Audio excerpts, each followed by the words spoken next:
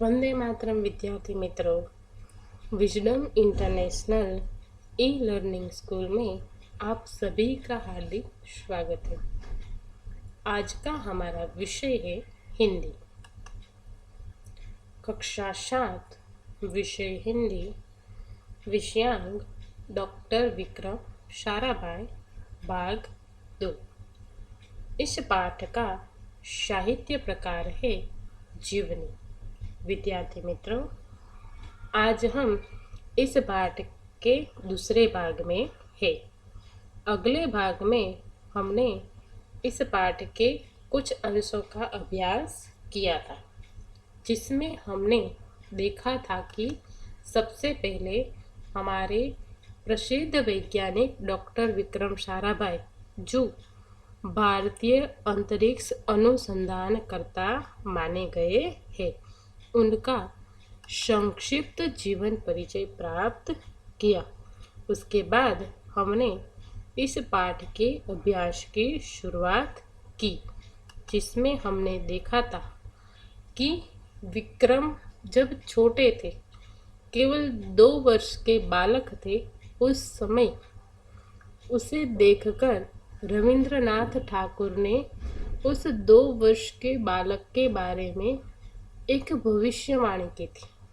क्या कहा था उन्होंने कहा था कि यह बालक बड़ा होकर बहुत यशस्वी बनेगा, और उस छोटे से बालक ने उनकी भविष्यवाणी अपने कर्मों से, अपने कार्यों से सच साबित कर दी।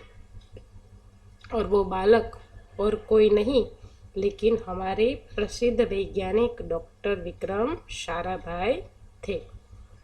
उसके बाद हमने डॉक्टर विक्रम साराभाई के परिवार के बारे में जानकारी प्राप्त की, जिसमें हमने देखा था कि उनका जन्म 12 अगस्त 1919 को कहाँ पर हुआ था? अहमदाबाद में हुआ था। उनका परिवार एक प्रतिष्ठित उद्योगपति परिवार था, जिसमें उनके माता का नाम सरला देवी और पिता का नाम अंबालाल था। उसके बाद हमने उनके बचपन की एक सुंदर और यादगार घटना देखी, जिसमें हमने क्या देखा था कि विक्रम जब 5-6 साल के बालक थे, तब वो अपने परिवार के साथ कहाँ गए? शिमला गए। और वहाँ पर शिमला में उनके पिताजी अंबालाल के नाम ढेरों चिट्ठियाँ आती थी। उन चिट्ठियों को देखकर डॉक्टर विक्रम के मन में भी यह इच्छा जागृत हुई कि मेरे नाम पर भी इसी प्रकार ढेरों चिट्ठियाँ आए। और अपने इस कार्य में, अपने इस इरादों में सफलता हासिल करने के लिए उन्होंने क्या किया? कई सारे लिफाफों पर अपने घर का नाम और पता लिखा, और फिर वो सारे लिफाफे कहाँ डाल दिए? डाकघर में डाल दिए। फिर उनके नाम पर भी ढेरों चिट्ठियाँ आने लगी। जब उनके पिताजी को असलियत पता चली तो उनको हंसी भी आई, साथ ही साथ सफलता पाने की इच्छा से उनको बहुत अच्छा लगा। विक्रम बचपन से ही साहसिक कारनामे करता था। साइकिल पर कई प्रकार की कलाबाजियाँ करता था, और उनका सबसे पसंदीदा विषय कौन सा था? गणित और भौतिक विज्ञान, जिस पर उन्होंने बीएससी और पीएचडी भी किया था। इसके बाद उन्होंने मैट्रिक की परीक्षा सन 1934 में पास की, वो गुजरात कॉलेज अहमदाबाद से। और फिर सन 1937 में वो कहाँ चले गए? इंग्लैंड चले गए, और वहाँ पर उन्होंने आगे का अभ्यास किया, बीएससी की परीक्षा प्राप्त की।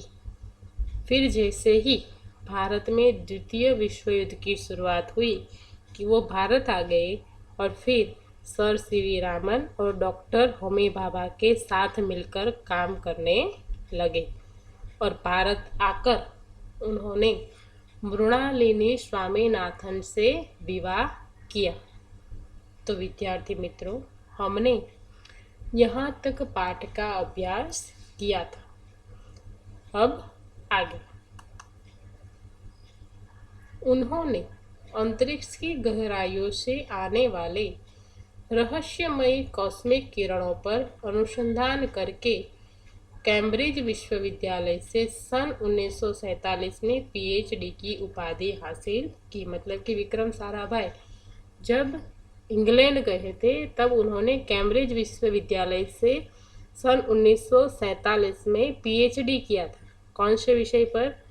कि अंतरिक्ष की गहराइयों से आने वाली तरह तरह की कॉस्मिक किरणें जो रहस्यमयी है, जिसके बारे में कोई जानता नहीं है, ऐसे कॉस्मिक किरणों पर उन्होंने पीएचडी की उपाधि प्राप्त की। ब्रह्मांड तथा सौर मंडल की कई जटिल प्रश्नों का प्रायोगिक हल निकालने का श्रेय डॉक्टर विक्रम साराभाई को प्राप्त है। मतलब कि डॉक्टर विक्रम साराभाई एक वायुमंडलीय वैज्ञानिक थे। मतलब कि ब्रह्मांड के सभी प्रतिक्रियाओं पर वो कार्य करते थे। वहाँ से आने वाली कॉस्मिक किरणें हो या फिर कई तरह के जटिल प्रश्न हो या कुछ भी हो, उस विषय में उन्होंने कार्य किया है। तो ब्रह्मांड और सौरमंडल के कई जटिल प्रश्न थे। उन जटिल प्रश्नों और उसकी समस्याओं का प्रायोगिक हल निकालने का संपूर्ण श्रेय किसे जाता है? डॉक्टर विक्रम साराभाई को। यह उन्हीं का सुझाव था कि कॉस्मिक किरणों पर प्रयोग के लिए हिमालय की ऊंची चोटियां सर्वाधिक उपयुक्त एवं अनुकूल होगी। मतलब कि विक्रम साराभाई ने सलाह दी थी, सुझाव दिया था कि कॉस्मिक किरणें जो सौरमंडल से या ब्रह्मांड की या अंतरिक्ष की गहराइयों से आती है, उस पर अगर हमें प्रयोग करना है तो उसके लिए कौन सी जगह सर्वाधिक उपयुक्त है? हिमालय की ऊंची चोटियां, क्योंकि वहाँ पर वातावरण संपूर्ण रूप से कृत्रिमता से दूर होता है, एकदम शुद्ध और स्वच्छ वातावरण वहाँ पर हमें मिलता है। तो इन पर अगर हमें प्रायोगिक करना है या फिर रिसर्च करना है तो हमें कहाँ पर जाना चाहिए? हिमालय पर जाना चाहिए। इसीलिए भारत सरकार ने गुलमर्ग में वैज्ञानिक उपकरणों से लैस एक प्रयोगशाला स्थापित की। मतलब कि डॉक्टर विक्रम साराभाई की सलाह से ही भारत सरकार ने गुलमर्ग कहाँ पर है? कश्मीर में, हिमालय की चोटियों के पास। तो हमारे देश का जो स्वर्ग माना जाता है, भारत का स्वर्ग, धरती का स्वर्ग गुलमर्ग, वहाँ पर भारत सरकार ने एक प्रयोगशाला की स्थापना की। किसके कहने पर? डॉक्टर विक्रम साराभाई के कहने पर। डॉक्टर विक्रम साराभाई के निजी प्रयासों से सन 1947 में भौतिक अनुसंधान प्रयोगशाला अहमदाबाद में स्थापित हुई। मतलब कि डॉक्टर विक्रम साराभाई ने अपने खुद के प्रयत्नों से सन 1947 में भौतिक अनुसंधान प्रयोगशाला अहमदाबाद में स्थापित की। और जब उन्होंने इस प्रयोगशाला की स्थापना की तब उनकी उम्र केवल 28 वर्ष की थी और इतनी छोटी उम्र में वो इस भौतिक अनुसंधान प्रयोगशाला के कर्ता धर्ता थे और जिससे वह आजन्म संबंध रहे। मतलब कि इस प्रयोगशाला में उन्होंने आजीवन कार्य किया और उनसे जुड़े रहे। साथ ही उन्होंने देश में वस्त्र उद्योग की तकनीकी समस्याओं के हल निकालने के उद्देश्य से अहमदाबाद में ही टेक्सटाइल इंडस्ट्रीज रिसर्च एसोसिएशन की आधारशिला रखी। मतलब कि उन्होंने भारत देश में वस्त्र उद्योग की जो तकनीकी समस्याएं हैं, उन समस्याओं का हल निकालने के लिए अहमदाबाद में किसकी स्थापना की? टेक्सटाइल इंडस्ट्रीज रिसर्च एसोसिएशन की स्थापना की।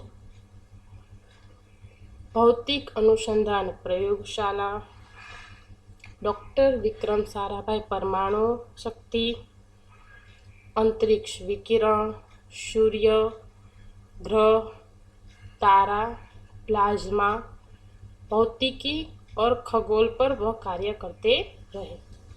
मतलब कि यहाँ पर उनका कार्य क्षेत्र है। कौन कौन सा? तो भौतिक अनुसंधान प्रयोगशाला,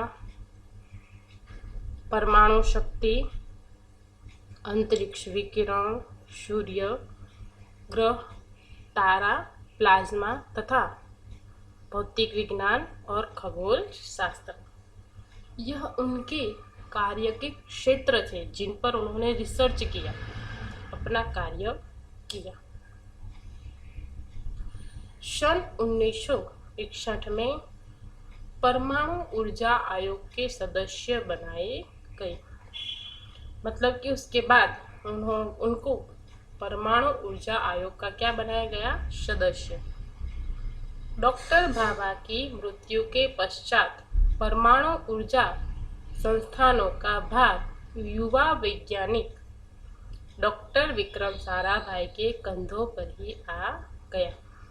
मतलब कि वो डॉक्टर होमी भाभा और सर सीवी रामन के साथ मिलकर काम करते थे, लेकिन डॉक्टर होमी भाभा की मृत्यु के बाद परमाणु ऊर्जा संस्थान का संपूर्ण भार किस पर आ गया? डॉक्टर विक्रम साराभाई के कंधों पर। उन्होंने भारतीय अनुसंधान केंद्र का गठन किया। डॉक्टर विक्रम साराभाई इसके पहले अध्यक्ष बने। मतलब कि परमाणु ऊर्जा आयोग के पहले वो क्या बने? अध्यक्ष। यह उनकी अगुवाई एवं अथक परिश्रम का ही परिणाम है। अगुवाई यानी कि सफलतापूर्वक कार्य करने का उनका जो दृढ़ निश्चय है, उनका जो परिश्रम है, उसी परिश्रम का परिणाम है कि भारत में दूरसंचार, दूरदर्शन एवं मौसम विज्ञान के लिए प्रक्षेपित अनेक उपग्रह अंतरिक्ष में सफलतापूर्वक कार्य कर रहे हैं। मतलब कि विक्रम साराभाई की बदौलत ही आज भारत के कई उपग्रह अंतरिक्ष में छोड़े गए हैं और सफलतापूर्वक वो कार्य कर रहे हैं। उसे कहते हैं कृत्रिम उपग्रह, जो धरती से अवकाश में छोड़े जाते हैं और अवकाश में वो रिसर्च का काम करते हैं, वातावरण का। आजकल हम देखते हैं कि बारिश के मौसम में बारिश आने से पूर्व ही उसकी अगुवाई की जाती है कि इतनी बारिश होगी, इतना तूफान आएगा। तो ये किसके कारण होता है? ये कृत्रिम उपग्रहों के कारण, जो पूरे संपूर्ण रूप से ब्रह्मांड का रिसर्च करता है और उसके द्वारा हमें ये संदेशा मिलता है कि कितने प्रमाण में कितने तरह की बारिश या फिर गर्मी या धूप हो या कुछ भी हो, उसकी जानकारी इन उपग्रहों के माध्यम से हमें मिलती है। वो वातावरण का रिसर्च करते हैं और उसके द्वारा हम अगुवाई से, मतलब कि पहले से ही यह जान लेते हैं कि वातावरण में कौन कौन से परिवर्तन आने वाले हैं। तो ये सारे जो कृत्रिम उपग्रह है जो आज भी ब्रह्मांड में छोड़े गए हैं और वो कार्य कर रहे हैं, उसके पीछे का संपूर्ण श्रेय किसे जाता है? डॉक्टर विक्रम साराभाई को। डॉक्टर विक्रम साराभाई ने अपना संपूर्ण जीवन भारत तथा विज्ञान के समग्र विकास के लिए समर्पित कर दिया। भारत के विकास में उत्कृष्ट योगदान के लिए उन्होंने कई राष्ट्रीय और अंतर्राष्ट्रीय सम्मान प्राप्त हुए। मतलब कि विक्रम साराभाई ने अपना संपूर्ण जीवन वैज्ञानिक विकास में, मतलब भारत में वैज्ञानिक विकास हो और समग्र भारत का भी विकास हो, इसलिए उन्होंने अपना संपूर्ण जीवन भारत के लिए, भारत के विकास के लिए क्या कर दिया? समर्पित कर दिया। और इसीलिए भारत सरकार के द्वारा उनको कई सम्मान प्राप्त हुए।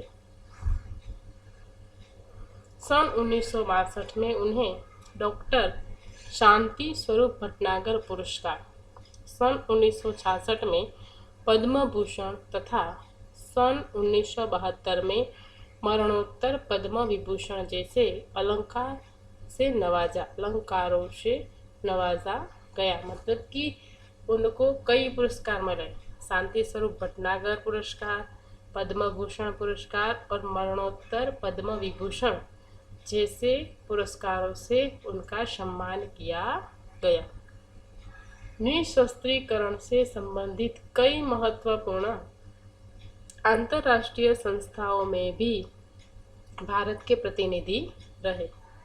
मतलब कि निशस्त्रीकरण से संबंधित कई महत्वपूर्ण अंतर्राष्ट्रीय संस्थानों में वो प्रतिनिधि के रूप में कार्य करते रहे। डॉक्टर विक्रम साराभाई सन 1966 में international council of scientific union के सदस्य रहे। सन 1968 में संयुक्त राष्ट्र संघ में यूनेस्को के विज्ञान विभाग के वो अध्यक्ष बने और उन्हें इंडियन जियोलॉजिकल यूनियन का प्रमुख बनाया गया। मतलब कि कई महत्वपूर्ण स्थानों में वो महत्वपूर्ण पद पर कार्य करते रहे और भारत के विकास में उन्होंने महत्वपूर्ण योगदान दिया। डॉक्टर विक्रम साराभाई सन 1970 में वियना शांति अंतर्राष्ट्रीय अणु मंच के 14वीं परिषद के प्रमुख बने। मतलब कि अणु मंच में भी वो प्रमुख के पद के रूप में उन्होंने अपना कार्य किया। और फिर सन 1971 में संयुक्त राष्ट्र संघ परिषद के उपाध्यक्ष एवं बाद में विज्ञान विभाग के अध्यक्ष भी बनाए गए। ये उनकी सारी सिद्धियां हैं कि ऐसे कई महत्वपूर्ण पदों में उन्होंने प्रमुख और अध्यक्ष के रूप में कार्य किया। तो ये उनकी कार्य सफलता है, अथाक परिश्रम का परिणाम है जो उनको इतनी सारी सिद्धियां और पद प्राप्त हुए। वह केवल उच्च कोटि के वैज्ञानिक ही नहीं थे, बल्कि व्यस्तताओं के बावजूद कला, शिक्षा एवं समाज के लिए पर्याप्त समय निकालते थे। एक वैज्ञानिक होते हुए भी इतनी सारी व्यस्तता, मतलब कि कार्य में इतने सारे व्यस्त होने के बावजूद भी कला, शिक्षा और समाज के लिए वो हमेशा समय निकालते थे। उनके ही प्रयासों से अहमदाबाद में लोक विज्ञान केंद्र एवं नेहरू विकास संस्थान की स्थापना हुई। अहमदाबाद में उन्होंने लोक विज्ञान केंद्र की स्थापना की और नेहरू विकास संस्थान की भी स्थापना हुई। यहाँ वह जन सामान्य की विज्ञान के प्रति रुचि जागृत करने के लिए कार्य करते थे। मतलब कि वो केवल वैज्ञानिक ही थे और वैज्ञानिक के रूप में ही काम करते थे, ऐसा नहीं था। वो हर बार कला, शिक्षा और समाज के लिए भी समय निकालते थे और इसके लिए उन्होंने लोक विज्ञान केंद्र की स्थापना की थी, जहाँ पर वो जो सामान्य जनता है, जो सामान्य व्यक्ति है, उनके मन में विज्ञान के प्रति जागृति हो, विज्ञान पढ़ने के लिए प्रेरणा उसके अंदर जागृत हो, इसके लिए वो कार्य करते थे कि लोग विज्ञान को जाने, उसे समझे और उसमें उतरने का, उसमें आगे बढ़ने का प्रयत्न करें। मतलब कि एक महान वैज्ञानिक होते हुए भी जन सामान्य और उनकी विज्ञान के प्रति रुचि बढ़े, उनके कार्य में वो सतत अपना योगदान देते थे। वह 21 दिसंबर सन 1971 की काली तारीख थी। डॉक्टर विक्रम साराभाई को त्रिवेंद्रम के लॉन्चिंग स्टेशन तुम्बा में कार्य निरीक्षण के लिए भेजा गया। मतलब कि 21 दिसंबर 1971 एक ऐसी तारीख थी जब विक्रम साराभाई को त्रिवेंद्रम भेजा गया, जिसमें लॉन्चिंग स्टेशन तुम्बा में कार्य निरीक्षण के लिए वहां पर भेजा गया, निरीक्षण का कार्य करने के लिए। और जब वो वहां गए तो वहां वह एक होटल में ठहरे हुए थे और वहीं हृदय की गति रुकने पर उनकी मृत्यु हो गई। मतलब कि हार्ट अटैक आने के कारण उनके वहां पर क्या हो गई, मृत्यु हो गई। उनके निधन से विज्ञान में नित नए आयामों को जोड़ने वाला एक जीवन चक्र सदा के लिए रुक गया। मतलब कि उनकी मृत्यु से ही विज्ञान में हर रोज नित नए प्रयोग करने वाले, नित नए आयामों से विज्ञान को जोड़ने वाला एक जो जीवन था, एक जीवंत चक्र जो था, वो क्या हो गया, सदा के लिए रुक गया। नहीं तो जब तक विक्रम साराभाई थे तब तक वो नित नए क्या करते थे, प्रायोगिक हल मतलब कि प्रयोग करते रहते थे और कुछ न कुछ नया संशोधन करते रहते थे। ऐसी महान प्रतिभा को मेरा शत शत नमन। तो अंत में ऐसी महान प्रतिभा को हम शत शत यानी कि 100 बार नमन करते हैं, जिन्होंने हमारे वैज्ञानिक जीवन को, विज्ञान को, उसके विकास को, उसको आगे बढ़ाने के लिए इतना बड़ा योगदान दिया कि अपना संपूर्ण जीवन विज्ञान के लिए समर्पित कर दिया। तो ऐसे महान वैज्ञानिक डॉक्टर विक्रम साराभाई को हम सभी शत शत यानी कि 100 बार नमन करते हैं। तो विद्यार्थी मित्रों, डॉक्टर विक्रम साराभाई से हमें कई सारी प्रेरणा मिलती है और हमारे मन में भी विज्ञान के प्रति एक रुचि जागृत होती है। तो हमें भी उनकी तरह ही बुलंद इरादे रखकर उसको सफलता प्राप्त करने के लिए जी तोड़ और तन तोड़ मेहनत करनी चाहिए, ताकि हम भी उनकी तरह एक प्रतिभा हासिल कर पाए। यहाँ पर हमारे इस पाठ का अभ्यास पूर्ण होता है। आगे का पाठ हम अगले वीडियो में देखेंगे। धन्यवाद।